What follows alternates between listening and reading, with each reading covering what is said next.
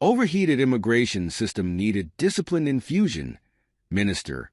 Immigration, Refugees and Citizenship Minister Marc Miller speaks to reporters on Parliament Hill in Ottawa on Thursday, December 5, 2024. The Canadian Press / Patrick Doyle.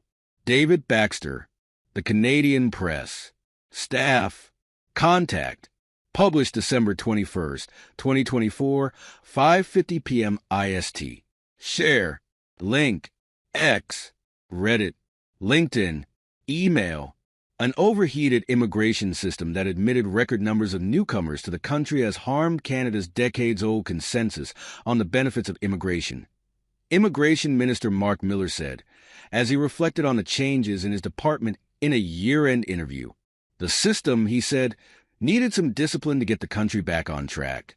Download the CTV News app for breaking news alerts and video on all the top stories. Over the course of 2024, Miller moved to cap the number of student visas, reduced the number of permanent residents it plans to admit, made it harder to get a working visa, and paused most private refugee sponsorship applications. Related stories. Immigrants are the scapegoat. Advocates for undocumented migrants. Temporary residents hold Montreal protest. Canada's immigration laws too lax. Trump's border czar says. Canadian government pitches border strike force to address Trump's tariff threat. All of that came as record immigration levels pushed population growth up over 3% in 2023, twice what it has averaged over the previous decade. There's no shying away from the fact that there's some stuff that I think we could have gotten better. I think there's a lot of good that has happened as well, Miller said. This interview took place on December 11th, before Chrystia Freeland's resignation as Finance Minister and Deputy Prime Minister upended Canadian politics. Miller, who was named Immigration Minister in July 2023, kept the role in a shuffle Friday. Miller said the souring of public opinion on immigration is rooted in a number of factors, including high rates of asylum seekers, the high cost of housing, and political movements in the Western world. This climate created a challenge for Miller over the last year to infuse some discipline into the immigration system. With an aging population and birth rates below replacement levels, Miller said that immigration is essential to ensure a strong labor force to help pay for key programs like health care. We still need immigration, but we do have to be able to say to Canadians that we've been listening to them and react accordingly when we see that things get overheated, Miller said. In the minister's eyes, this includes bringing in more economic immigrants to bring down the average working age of Canada's population. The increase in the number of temporary workers is among the biggest issues that have emerged since the pandemic. Initially, the goal was to use the program to fill holes in the labor market, but the program grew so quickly it opened the door to fraud and exploitation of workers.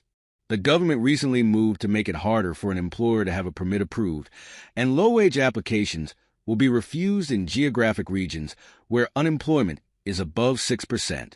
Labor market impact assessments, necessary paperwork to help bring in a worker from overseas, also are worth a valuable 50 to 200 points in Canada's points-based express entry system for permanent residents. CBC recently published an investigation that uncovered those assessments being sold, sometimes for tens of thousands of dollars. It's being gamed, and I think recognizing that there's fraud that comes under different forms.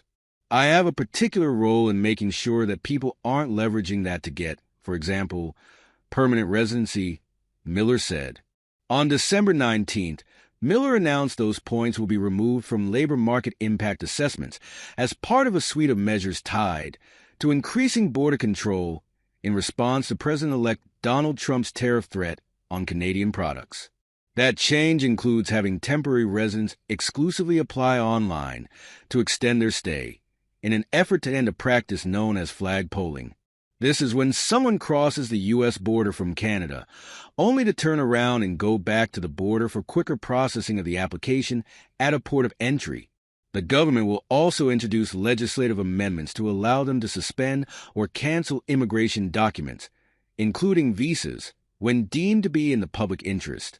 Miller used mass fraud as an example. Trump is threatening both Canada and Mexico with 25% tariffs on all American imports from those two countries, unless they increase border security to stem illegal crossings and drug trafficking. I find the rhetoric that we've heard in the U.S. to be unfortunate. It's not one that I will ever espouse, but also, we need an immigration system that doesn't look like it's being abused by folks trying to game the system, Miller said. And I think that is something that we are seeing increasingly with false asylum claims, sometimes from certain countries.